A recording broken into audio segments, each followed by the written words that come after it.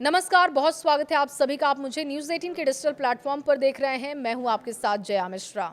Iran में पिछले 2 हफ्तों से जारी हिंसक प्रदर्शन की वजह से हालात बेहद खराब हैं। अब तक 2500 से ज्यादा लोगों की मौत हो चुकी है।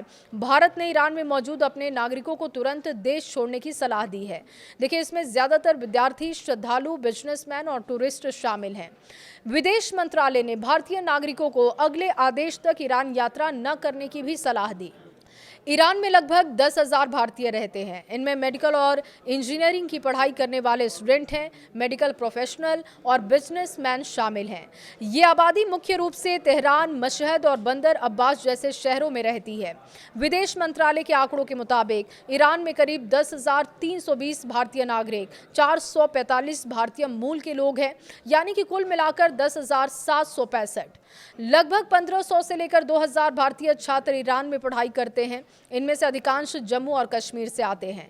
कश्मीरी छात्र आमतौर पर ईरानी यूनिवर्सिटीज को इसलिए चुनते हैं क्योंकि वो किफ़ायती होते हैं। ईरान का सांस्कृतिक परिवेश भी समान है। कई स्टूडेंट तेहरान, शिराज और कोम जैसे शहरों में एमबीबीएस जैसी पेशेवर डिग्रियां हासिल करते हैं।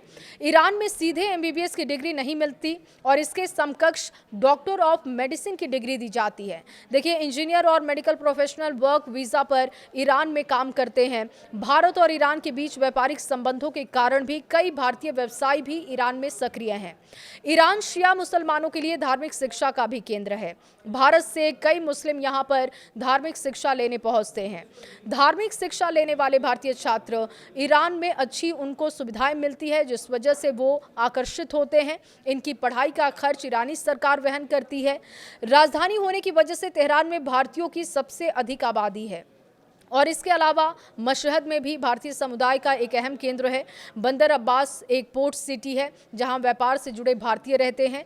जून 2025 में 12 दिन तक चले जंग से पहले भी विदेश मंत्रालय ने भारतीयों को अनावश्यक यात्रा से बचने और इसके साथ ही दूतावास से संपर्क करने की सलाह दी थी। साथ ही कई छात्रों को सुरक्षित जगहों पर भेजा था। भारत ने जून 2025 में ऑपरेशन सिंधु के तहत ईरान और इजरायल में फंसे नागरिकों को भारत पहुंचाया था।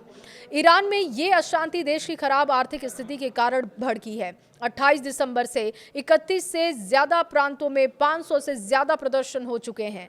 बढ़ती महंगाई, बेरोजगारी और रोजमर्रा की जरूरतों की कीमतों में लगातार इजाफे भी नजर आ रहे हैं और इस बात को लेकर भी लोग नाराज हैं।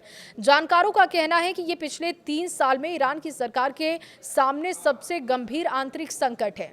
ये स्थिति अगर ऐसी बनी रहती है, जब ईरान पहले से भी अंतर्राष्ट्रीय दबाव में है, खासतौर पर पिछले साल अमेरिका और इजरायल की ओर से हुए हमलों के बाद से हालात गंभीर बने हुए हैं और अगर ये प्रदर्शन चलते रहे तो फिर ईरान की सिरदर्दी और बढ़ जाएगी। खबर पर राय आपकी क्या है, कमेंट बॉक्स में जरूर बताएं।